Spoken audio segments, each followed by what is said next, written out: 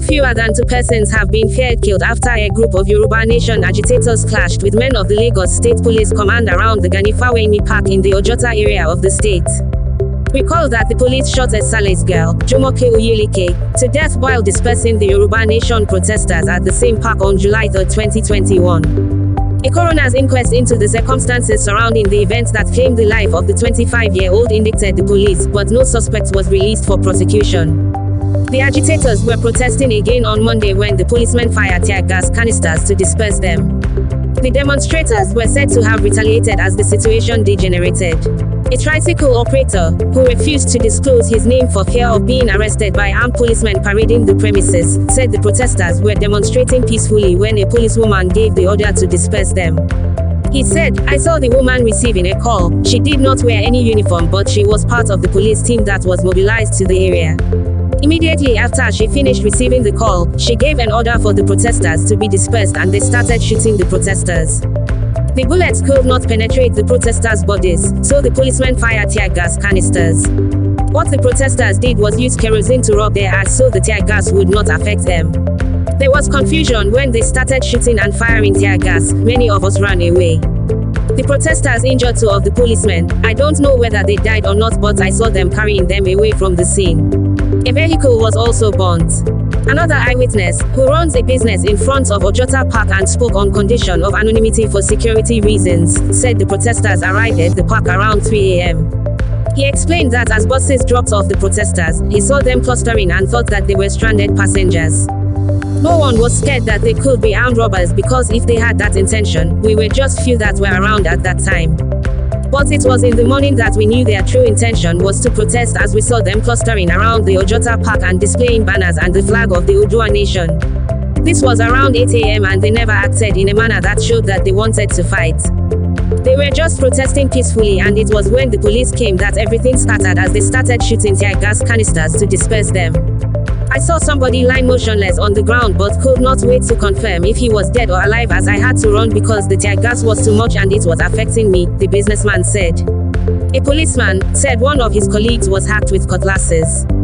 The policeman said if they were protesting peacefully, then why did they resort to damaging people's property? They chased and caught up with one of my colleagues who fired tear gas canisters and used cutlasses to hack him. He has been rushed to a hospital. If he dies, nothing will happen. There would be no compensation to his family. All we will just hear is that he died on active duty." Why did the protesters burn an innocent man's vehicle? They also vandalized the windshield of some of our vehicles. I would have also been a victim of the attack but had to release 2 bullets to scare them when they were coming in my direction. No fewer than 28 police vehicles, including officials of the Lagos Rapid Response Squad, Lagos State Environment and Special Offences Enforcement Unit, the Nigeria Security and Civil Defense Corps, and policemen from a nearby station, were sighted at the scene. Also, a Black Maria was sighted and people, some of whom eyewitnesses claimed were innocent, were seen in the vehicle. Shattered glass also littered the road as signs of a bonfire were observed at the spot where the vehicle was burnt. The State Police Public Relations Officer, SP Benjamin Hundeyin, who confirmed the incident in a post on Twitter, said 1 person died.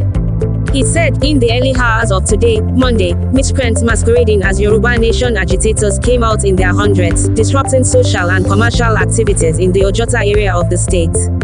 A team of police officers, comprising a Lausa division and the raid response squad promptly stepped in to disperse the unlawful gathering and prevent a breakdown of law and order.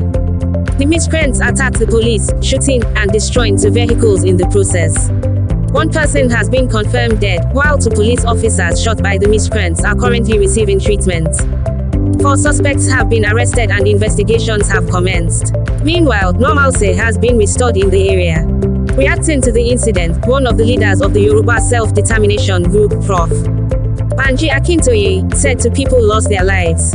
Akintoye, while speaking in an interview monitored by our correspondent on YouTube, said the protesters gathered to carry out a peaceful rally in support of their agitation for the Yoruba nation. He said their purposes are clear: self-determination for the Yoruba nation.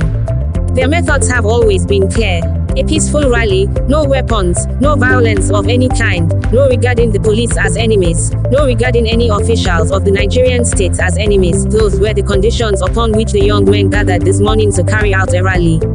Even before they settled down as they were arriving at the center where they wanted to carry out the rally, the Nigeria police approached them and started shooting them. Already, we learned that 2 young men have been killed as a result of the police fire.